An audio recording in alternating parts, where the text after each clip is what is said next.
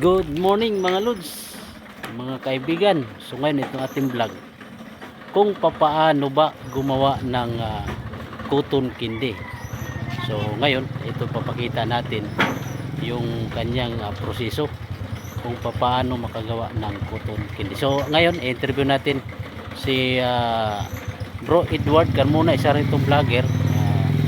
Siya yung gumagawa ng cotton candy. Itong cotton candy, ito yung the best para doon sa mga bata. Talagang patok na patok po ito para sa mga bata dahil matamis yung kanyang lasa. So ngayon papakita po natin. Ito po yung cotton candy na kung saan may bibenta to sa magkano bro? 15 pesos lang. 15 pesos yung isa. So very affordable sa mga bata.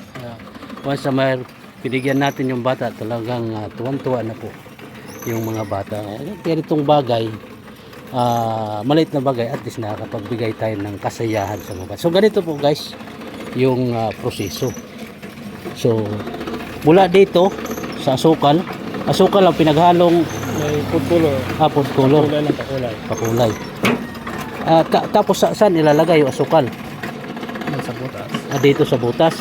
Tapos habang umiikot yung makina, nagproduce na siya ng ito na yung naging cotton candy. Yan. Lagay tayo. Yan. Guys, bibigyan tayo ng demonstration. So una-una, paano makapag-create ng cotton candy? Lalagyan ng asukal dito sa gitna. Tapos may ano yan, may apoy. May apoy pala dyan. Maluto ang cotton candy. Ayan. Tapos umiikot. Maluto yan. Tapos, Dito paano dito sa likod. So, ano lang yan. yung pala Umiikot dito. umiikot. Tapos lalagay natin yan. Lagay. Tapos continue na naman sa likod. Walang makina kundi mano-mano lang. Mano-mano. Ganito pala guys. So, kita mo. So, nalagyan na ng kuwan, nalagyan na ng asukal yung sa gitna. Yung ilalim nakita natin may apoy. So, yung apoy nagsisilbing para maluto yung asukal. So, habang yung makina niya, yung mano-mano lang makita natin. Yung sa paa. Parang nagtatahi. Yung kanyang makina, mano-mano lang. So walang konsumo to sa kuryente. Talagang ikita talaga kasi walang konsumo sa kuryente o gasolina. Parang nagtatahi lang yung kanyang makina. So yun, pagkalagay ng asukal habang niluto yung yan. May malakas na apoy. Kailangan na-adjust yung apoy. Mild lang. Sakto lang. Hindi na match. Di ba? Napaka galing ng gumawa nito. Pilipino rin siguro naka-invento, no? Pilipino.